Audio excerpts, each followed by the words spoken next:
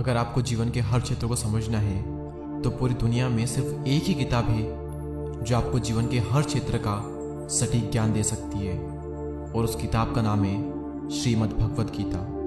दुनिया की सबसे बेस्ट बुक। और इसी पवित्र ग्रंथ में से आज मैं आपको कुछ ऐसे विचार बताने वाला हूँ जो आपके जीवन को एक नई दिशा में ले जाएंगे और आपके भटके हुए मन को एक सही रास्ता दिखाएंगे। लेकिन उन विचारों को शुरू करने से पहले आप एक दो गहरी सांसें लें और अपना पूरा फोकस मेरी आवाज़ पर रखें। जो व्यवहार आपको दूसरों से पसंद ना हो, ऐसा व्यवहार आप भी दूसरों के साथ कभी ना करें। वासना, क्रोध और लालच, ये तीनों नर्क के दरवाजे हैं। इंसान हमेशा अपने भाग्य को कोसता है, यह जानते हुए भी कि भाग्य से ऊंचा उसका कर्म है, जो कि स्वयं उसके अपने हाथों में है। मनुष्य अपने हृदय से जो दान कर सकता है वो हाथों से नहीं कर सकता, और मौन रहकर जो कुछ वह कह सकता है वो शब्दों से नहीं कह सकता। जो व्यक्ति क्रोध करता है उसके मन में भ्रम पैदा होता है, जिससे उसका बौद्धिक तर्क नष्ट हो जाता है, और तभी उस व्यक्ति का धीरे धीरे पतन होने लगता है। मन की शांति से बढ़कर इस संसार में कोई भी संपत्ति नहीं है। कोई भी मनुष्य जन्म से ही महान नहीं होता, बल्कि महान बनने के लिए उसे महान कर्म भी करने पड़ते हैं। ज़्यादा खुश होने पर और ज़्यादा दुखी होने पर कभी भी निर्णय नहीं लेना चाहिए, क्योंकि यह दोनों ही परिस्थितियाँ आपको सही निर्णय नहीं लेने देती। अगर कोई आपको अच्छा लगता है तो अच्छा वो नहीं है, बल्कि अच्छे तो आप हो, क्योंकि उसमें अच्छाई देखने वाली नज़र आपके पास है। मनुष्य अपने जीवन में तब तक डरता रहेगा जब तक उस मनुष्य के जीवन के फैसले कोई दूसरा लेता रहेगा।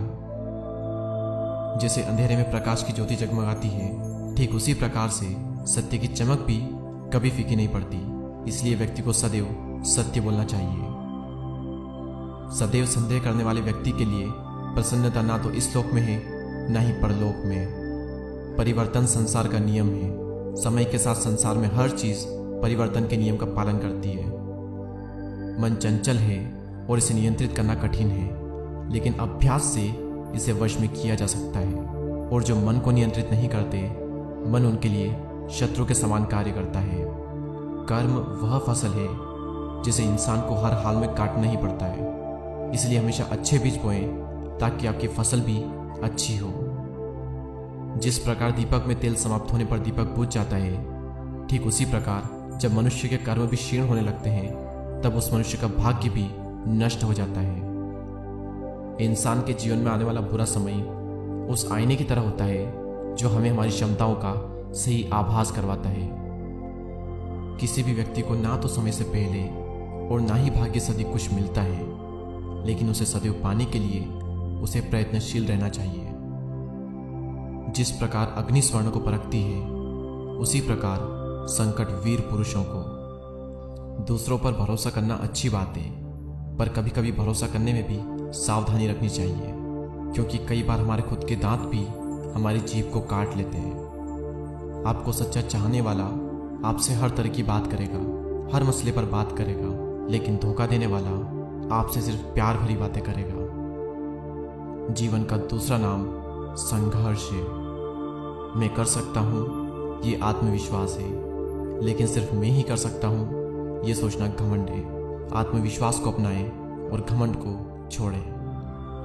कौन क्या कह रहा है और क्यों कह रहा है, इन सब से आप जितना दूर रहेंगे, जीवन में आप उतना ही खुश रहेंगे। अगर आप अपनी गलतियों से कुछ सीखते हो तो गलतियां सीढ़ियां बनती है, और अगर नहीं सीखते हो तो गलतियां सागर बनती है। फैसला आपका है कि आपको चढ़ना है या फिर डूबना है। गीता में लिखा है कि जब इंसान की जरूरत बदल जाती है, तब उस इंसान के बात करने का तरीका भी बदल जाता है। मनुष्य अपने विश्वास से निर्मित होता है। जैसा वह विश्वास करता है, वैसा ही वह बन जाता है। और यदि कोई व्यक्ति विश्वास के साथ इच्छित वस्तु को लेकर नित्य चिंतन करता है, तो वो जो चाहे वो बन सकता है। जीवन में सफलता का ताला दो चाबियों से खुलता है, एक कठिन परिश्रम और दूसरा दृढ़ संकल्प। जब इंसान अपने काम में आनंद खोज लेता है, तब वो पूर्णता प्राप्त कर लेता है। मनुष्य को इस बात का घमंड कभी भी नहीं होना चाहिए कि उसे जीवन में किसी की भी आवश्यकता नहीं पड़ेगी और इस बात की गलतफहमी भी नहीं होनी चाहिए कि उसकी ज़रूरत हर किसी को होगी। अगर आपको जीवन में कभी झुकना है तो किसी की विनम्रता के आगे झुकें, लेकिन किसी की शक्ति के आगे, रूप के आगे और धन के आगे कभी मत झुकना। जो बीत गया उस पर दुख क्यों करना, जो है उस पर अहंकार क्यों करना और जो आने वाला है उस पर मोह क्यों करना। जिस प्रकार विद्यार्थी का धर्म होता है विद्या प्राप्त करना, सैनिक का धर्म होता है देश की रक्षा करना, ठीक उसी प्रकार मनुष्य को अपने धर्म के अनुसार कर्म करना चाहिए और जिस मानव का जो कर्तव्य है वो कर्तव्य उसे पूर्ण करना चाहिए। अपने ज़रूरी कामों को पूरा करो, क्योंकि वास्तव में काम करना कुछ न करने से कई गुना बेहतर है। वक्त से पहले मिली चीज़ें अपना मूल्य खो देती है और वक्त के बाद मिली चीज़ें अपना महत्व। इसीलिए समय की कदर करें और अपने काम को समय पर करने की कोशिश करें। जीवन का आनंद ना तो भूतकाल में है और ना ही भविष्य काल में, बल्कि जीवन का आनंद तो बस वर्तमान में जीने में है। सही कर्म वह नहीं है जिसके परिणाम हमेशा सही हो, बल्कि सही कर्म तो वह है जिसका उपदेश कभी भी गलत ना हो। श्री कृष्ण अर्जुन से कहते हैं, अर्जुन भला तुम क्यों रोते हो? तुमने जो खोया है क्या वो तुमने पैदा किया था? आज जो तुम्हारा है वह कल किसी और का होगा, क्योंकि परिवर्तन ही संसार का नियम है। अगर आप किसी का अच्छा ना कर सको तो बुरा भी मत करना, क्योंकि ये दुनिया कमजोर है, दुनिया को बनाने वाला नहीं। माफ करना और शांत रहना सीखिए। आप एक ऐसी ताकत बन जाओगे कि पहाड़ भी रास्ता देंगे। जो होने वाला है वो होकर ही रहता है और जो नहीं होने वाला वो कभी नहीं होता है। ऐसा निश्चय जिनकी बुद्धि में होता है उन्हें कभी भी चिंता नहीं सताती।